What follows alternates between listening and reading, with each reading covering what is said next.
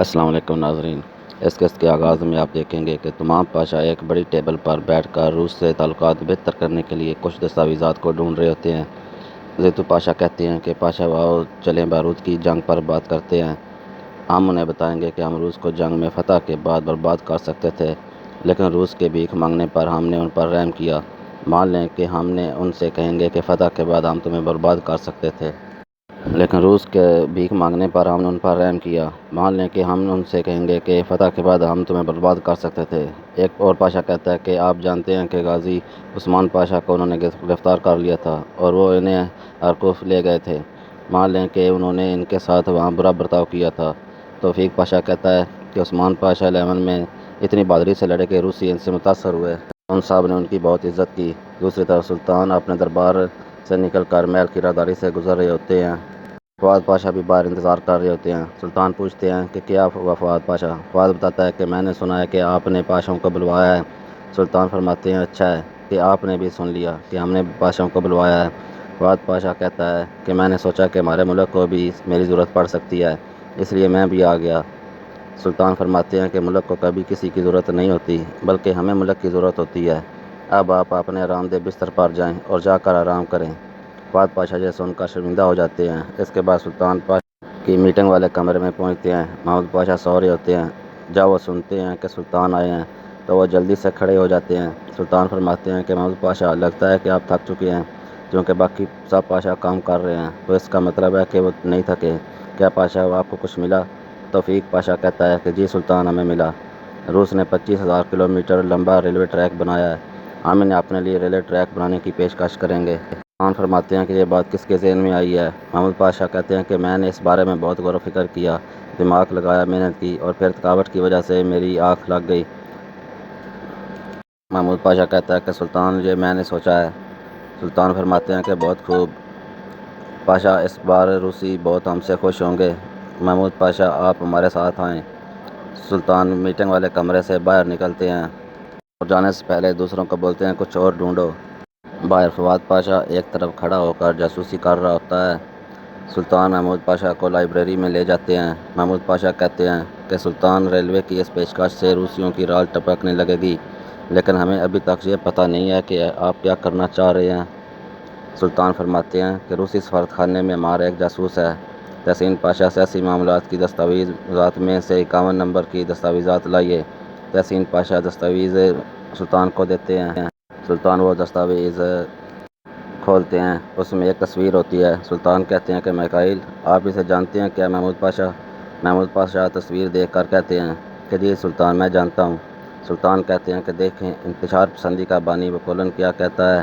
سلطان پڑھتا ہے کہ دنیا یہودیت روتشیلڈ اور مارکس کے کنٹرول میں ہے، جہاں روتشیلڈ مارکس کا مفادات کا تحفظ کرتا ہے، دوسری طرف مارکس کے بھی روتشیلڈ کے ساتھ گہرے تعلقات ہیں اور وہ ان کی بہت عزت کرتا ہے۔ تحسین پاشا کہتے ہیں کہ لیکن سلطان، یہ ایک کمیونزم کا حامی ہے اور دوسرا سرمایہ دارانہ نظام کا حامی ہے۔ سلطان فرماتے ہیں یہ دونوں اچھی طرح جانتے ہیں کہ وہ ایک دوسرے کے محتاج ہیں۔ اگر ایک کا وجود قائم رہے گا تو دوسرا بھی قائم رہے گا۔ اس کے بعد روسی سفارت خانے میں دکھایا جاتا ہے۔ اتنے میں روسی سفیر بھی وہاں آتا ہے۔ وہ پوچھتا ہے کہ آپ ابھی تک یہی ہیں مسٹر وامرے؟ وامرے کہتا ہے کہ آپ حیران کیوں ہوتے ہیں؟ میں جا بھی اور کہاں سکتا ہوں۔ روسی سفیر کہتا ہے کہ آپ کیا یہیں رکیں گے؟ جی بالکل، میں نے آپ کو انگریزوں کا بتایا ہے، تو کیا آپ کو لگتا ہے کہ اس سب کے بعد مجھے زندہ چھوڑیں گے؟ اور ویسے بھی مجھے امید ہے کہ آپ نے روس میں میری پناہ کی درخواست قبول کر لی ہوگی۔ سفیر کہتا ہے کہ جی بالکل، میں آپ کی پناہ کی درخواست فوراً ہی آگے بھیج دوں گا، اور ویسے ہم آپ کو میزبانی سامنے والے کمرے میں دے سکتے ہیں کہ جب تک میں آپ کی پناہ میں ہوں میں جہاں بھی جاؤں جا سکتا ہوں، اس سے تو کوئی فرق نہیں پڑے گا۔ سفیر نہ چاہتے ہوئے بھی ہاں میں سارا لا دیتا ہے۔ اس کے بعد پایا تخت میں صبح کا منظر دکھایا جاتا ہے۔ سلطان نے اپنے تمام پاشاؤں کو طلب کر رکھا ہوتا ہے۔ روسی سفیر بھی وہاں موجود ہوتا ہے۔ وہ کہتا ہے کہ سلطان، ہم آ گئے ہیں، لیکن سفارت خانے میں ہمارا کوئی آدمی نہیں ہے، لگتا ہے کوئی بہت ہی اہم بات ہے۔ سلطان فرماتے ہیں کہ ہاں بالکل، اگر کوئی اہم بات نہ ہوتی تو میں نے آپ کو جہاں نہ بلوایا ہوتا۔ ہمارے پاشا آپ کو بتائیں گے کہ آپ کو جہاں کیوں بلایا گیا ہے۔ اس نتیجے پر پہنچے بغیر یہاں سے مت جائیے گا۔ یہ کہہ کر سلطان روسی سفیر اور عملے کو اپنے پاشاؤں کے ساتھ بٹھا کر چلے جاتے ہیں۔ دوسری طرف روسی سفارت خانے میں ملازم کو کہتے ہیں کہ تم میرے لیے کباب بنا کر لاؤ، میں جہاں تنگ ہو گیا ہوں، سفیر افندی کے کمرے میں لے آنا۔ یہاں تو کوئی بھی نہیں ہے، کیا وہ کہیں گئے ہیں؟ ملازم کہتا ہے وامرے کو، جی ہاں وہ کہیں گئے ہیں۔ تو وامرے کہتا ہے کہ جاؤ جلدی میرے لیے اچھا سا کباب بنا کر لاؤ۔ دوسری طرف خلیل خالد مارگو کے بھائی سارگو کی لاش قبر سے نکال کر لا چکے ہوتے ہیں۔ اسے کرسی پر بٹھایا ہوتا ہے۔ خلیل تار سے پوچھتا ہے کہ یہ سب انہوں نے کیسے کیا؟ یہ بالکل صحیح سلامت ہمارے سامنے موجود ہے۔ تاتار بتاتے ہیں کہ دوائیاں استعمال کر کے اسے ایسے محفوظ کیا گیا ہے۔ خلیل پوچھتے ہیں کہ یہ وہی سارگو عیسائی ہے؟ تاتار بتاتے ہیں کہ ہاں یہ وہی لاش ہے۔ لاش کو انود کرنے کی وجہ سے پادری اس سے خوش نہیں تھا، لیکن اس نے سارگو نے جسم کو گلنے سڑنے سے بچانے کے لیے ضد کی۔ کیونکہ یہ دونوں جڑواں تھے تو وہ گویا خود کو گلتے سڑتے ہوئے دیکھنا نہیں چاہتے تھے۔ خلیل کہتا ہے کہ ٹھیک ہے، لاش کی دیکھ بھال کرو اور اسے نقصان پہنچنے سے بچانا۔ گاروں کو خبر مل چکی ہوگی، وہ جلد ہی سامنے آ جائے گا۔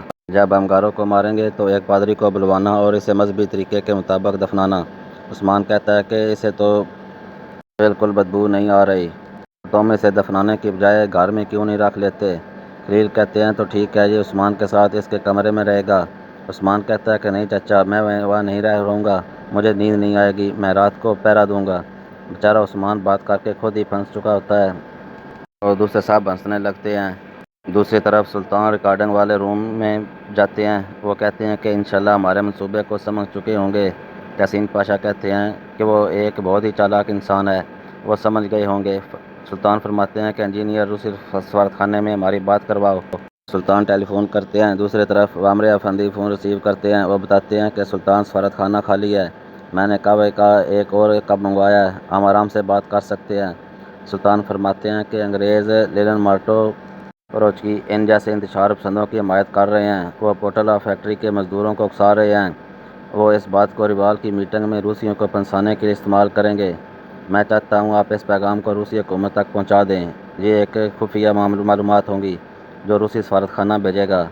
جب آپ یہ ٹیلی گرام کریں گے تو ٹیلی گراف دفتر میں روسی ٹیلی گرافر تک یہ بات پہنچ جائے گی۔ اگر آپ وہاں پیغام بھیجیں تو آپ روسیوں کی طرف سے پیغام بھیج سکتے ہیں۔ آپ کچھ دیر اور وہاں رہیں گے، وامرے افندی کچھ بھی ہو سکتا ہے۔ اگر روسیوں کو پتہ چل گیا کہ ٹیلی گرام کرنے والے آپ تھے تو وہ آپ کو جان سے بھی مار سکتے ہیں۔ کیا آپ کو منظور ہے؟ وامرے افندی کہتا ہے کہ منظور ہے، کہ آپ فکر نہ کیجیے سلطان، مجھے آپ پر بھروسہ ہے۔ اگر مجھے کچھ ہو بھی گیا تو مجھے پتہ ہے کہ آپ مجھے بچا سکتے ہیں۔ آپ نے جیسا کہا میں بالکل ویسا ہی کروں گا۔ یہ کہہ کر سلطان وامرے کو کہتے ہیں تو ٹھیک ہے، آپ بھیج دیں، اور فون بند کر دیتے ہیں۔ دوسری طرف خلیل خالد کو پیر تخت میں دکھایا جاتا ہے۔ وہ دیکھتے ہیں کہ 7 لوگوں نے ایک تابوت کو اٹھا رکھا ہے اور ان سب لوگوں نے کالے چولے پہنے ہیں۔ جیسے ہی وہ خلیل کو دیکھتے ہیں تو اپنی بندوقیں دکھاتے ہیں۔ اسی دوران وہاں سے ایک بگی گزرتی ہے اور خلیل جہاں کھڑے ہوتے ہیں وہاں سے غائب ہو جاتے ہیں۔ وہ لوگ تابوت کو نیچے رکھ دیتے ہیں۔ ان کے پاس ان کے مزید جاسوس بھی آ جاتے ہیں۔ دوسری طرف خلیل خالی ایک کونے میں چھپے ہوتے ہیں۔ جاسوس انہیں ڈھونڈنے کے لیے آگے بڑھ رہے ہوتے ہیں۔ خلیل چھپے ہوئے کہتے ہیں کہ میت کے ساتھ کالے کپڑوں میں 7 لوگ ہیں، اس کا مطلب ہے کہ یہ 10 لوگ ہیں۔ جاسوس کہتے ہیں کہ تم کہاں ہو، ہم تمہیں ڈھونڈ رہے ہیں۔ اتنے میں خلیل ایک جاسوس کے پیچھے سے باہر نکلتے ہیں اور اسے پلک جھپکتے ہی قتل کر دیتے ہیں۔ اس کے بعد دوسرا جاسوس ڈھونڈنے آتا ہے۔ نقاب پوش کہتا ہے کہ ہمیں اتنے زیادہ آدمیوں کی ضرورت نہیں تھی۔ اتنے میں وہ دیکھتے ہیں کہ ان کا بھیجا گیا جاسوس واپس آ جاتا ہے۔ سین فلیش بیک میں جاتا ہے۔ خلیل بھیجے گئے جاسوس کو قتل کر دیتے ہیں اور اس کا لباس پہن لیتے ہیں۔ اس کے ساتھ ہی خلیل خالد چوگے والوں کے پاس آ جاتے ہیں۔ وہ سمجھتے ہیں کہ وہ ہمارا ہی جاسوس ہے، لیکن خلیل کے ہاتھ میں 2 بندوقیں ہوتی ہیں۔ وہ بہت سے لوگوں کو جہنم میں وصل کر دیتے ہیں۔ ان میں سے ایک بچ جاتا ہے۔ خلیل خالد اپنی پستول دکھاتے ہیں اور دونوں آمنے سامنے آ جاتے ہیں۔ خلیل کہتے ہیں کہ اپنا پستول پھینک دو کیونکہ اس میں گولیاں ختم ہو چکی ہیں۔ خلیل بھی اپنا پستول پھینک دیتے ہیں۔ دونوں میں لڑائی شروع ہو جاتی ہے۔ کالے چوگے والا میں باصلاحیت ہوتے ہیں اور وہ خلیل کو ایک مارتا ہے جس سے خلیل دور جا گرتے ہیں۔ اب باری ہوتی ہے خلیل خالد کی۔ وہ اپنا داؤ لگاتے ہیں لیکن کالے چوگے والا داؤ پسپا کر دیتا ہے۔ خلیل خالد غصے میں پھر خلیل خالد اپنی وہ صلاحیت دکھاتے ہیں جس میں وہ ماہر ہوتے ہیں۔ وہ اسے پلک جھپکتے ہی پٹک دیتے ہیں اور وہ اس کے جیب سے پاسپورٹ نکال لیتے ہیں۔ خلیل پاسپورٹ دیکھ کر کہتے ہیں تمہارے پاسپورٹ کے مطابق تم البانیہ کے عیسائی ہو، تمہیں کس نے بھیجا ہے؟ وہ کالے چوگے والا کہتا ہے کہ مزید پیٹنے ملتے ہیں، نہیں بتاؤں گا۔ مزید پیٹتے ہیں اور کہتے ہیں کہ تمہیں کس نے بھیجا ہے؟ خلیل اسے اتنا مارتے ہیں کہ وہ بے ہوش ہو جاتا ہے۔ خلیل کھڑے ہو جاتے ہیں اور چاروں طرف دیکھ کر کہتے ہیں کہ لگتا ہے ہمارے بہت زیادہ ہیں۔ خلیل تابوت کی طرف آگے بڑھتے ہیں۔ ظاہر لگتا ہے کہ وہ آگے چلے گئے ہیں اور تابوت کو نہیں دیکھا۔ تابوت کے اندر موجود آدمی باہر نکلتا ہے اور وہ سمجھتا ہے خلیل سامنے ہے، کہ خلیل سامنے ہے، اس پر فائر کھول دیتا ہے، لیکن خلیل پیچھے کھڑے ہوتے ہیں۔ وہ پلک جھپکتے ہی اس کی گردن مروڑ دیتے ہیں۔ اس کے بعد اس کا پاسپورٹ بھی نکالتے ہیں، جس کے مطابق اگرون، جو کہ البانیہ کا رہنے والا ایک عیسائی ہے۔ دوسری طرف روسی سفارت خانے میں عامر افندی تنہا ہوتے ہیں۔ ملازم انہیں کافی لا کر دیتا ہے اور وہ کہتا ہے کہ قہوہ تو بہت اچھا لگ رہا ہے، آپ پی کر بتاؤں گا یہ کیسا ہے۔ وہ عامر افندی قہوہ پی کر کہتے ہیں کہ اس میں تم نے قہوہ بہت زیادہ ڈال دیا ہے، لیکن اب تم جا سکتے ہو۔ اتنے میں ایک اور ملازم آ کر بتاتا ہے کہ آپ سے کوئی خاتون ملنا چاہتی ہے۔ عامر کہتا ہے کہ وہ جو کوئی بھی ہے، اس سے کہو کہ میں فی الحال اس سے نہیں مل سکتا، اسے کہو کہ وہ اپنا پتہ چھوڑ کر جائے، میں اس سے بعد میں مل لوں گا۔ اتنے میں شہناز خود ہی اندر آ جاتی ہے۔ شہناز کا پرانا نام لیلا ہوتا ہے۔ وہ عامر سے پہچان جاتے ہیں اور ملازم کو کہتے ہیں کہ ٹھیک ہے، آپ باہر چلے جائیں۔ ملازم کہتا ہے کہ اگر آپ نے ملاقات کرنی ہے تو بہتر ہوگا کہ آپ اپنے کمرے میں جائیے۔ وہ عامر کہتے ہیں کہ ٹھیک ہے، چلیے خاتون، سامنے ہمارے کمرے میں چلتے ہیں۔ دوسری طرف ریکارڈنگ والے کمرے میں انجینئر روسی سفارت خانے کی تمام باتیں سن رہے ہوتے ہیں۔ وہ پاشا کو بتاتے ہیں کہ ایک عورت آئی ہے، اس کا نام لیلا ہے، وہ دوسرے کمرے میں گئے ہیں۔ تو پاشا کہتے ہیں کہ سنتے رہو بیٹا، آگے کیا بات ہوتی ہے۔ دوسری طرف سلطان تحسین پاشا کو بتاتے ہیں کہ وہ عامر افندی ٹیلی گرام کر کے روس کو ریوال کی میٹنگ سے پیچھے ہٹا دیں گے انشاءاللہ۔ روس کو جب پتہ چلے گا کہ مزدور ہڑتال کر رہے ہیں تو وہ ہنگاموں کا خطرہ مول نہیں لیں گے اور وہ میٹنگ کو شروع ہونے سے پہلے ہی ختم کر دیں گے۔ اتنے میں آلو پاشا اندر آتے ہیں۔ وہ بتاتے ہیں کہ سلطان، اگر آپ کو یاد ہو تو ہم نے انگریزوں کے سفارت خانے میں ایک عورت کی آواز سنی تھی، ہم نے روسی سفارت خانے میں بھی اسی عورت کی آواز سنی ہے۔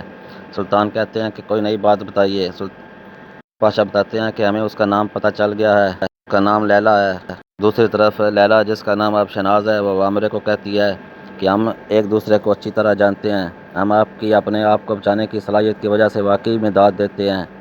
عامر کہتا ہے کہ معاف کیجیے گا، میرا مطلب ہے کہ اس عمر میں یہ سن کر اچھا لگا کہ ایک عورت میری کسی صلاحیت کی تعریف کر رہی ہے۔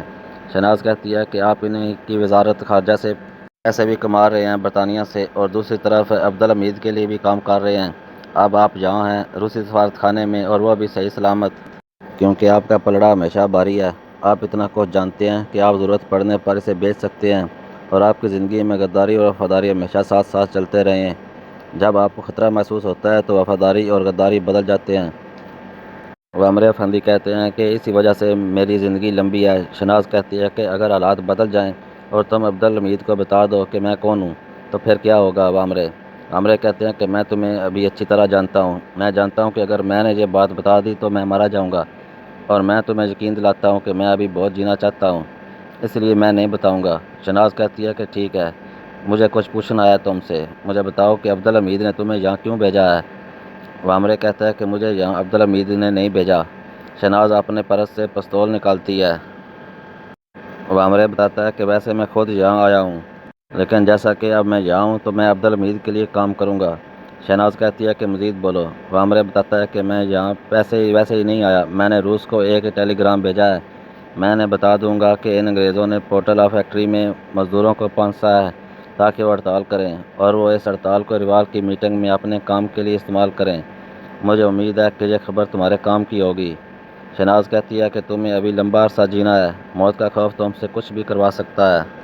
واہ عامر! شہناز یہ کہہ کر اپنا پستول بیگ میں ڈال لیتی ہے۔ وہ عامر کہتا ہے کہ اگر میں مرا تو عبدالحمید تک ایک خط پہنچ جائے گا جس میں تمہارے بارے میں سب اصلیت لکھ دوں گا، اسے میری طرف سے آخری مدد سمجھو، مجھے آئندہ کبھی بھی پستول مت دکھانا، یہ آپ اور میرے دونوں کے لیے اچھا ہے۔ تو ناظرین، یہ کیس یہاں پر ختم ہو جاتی ہے۔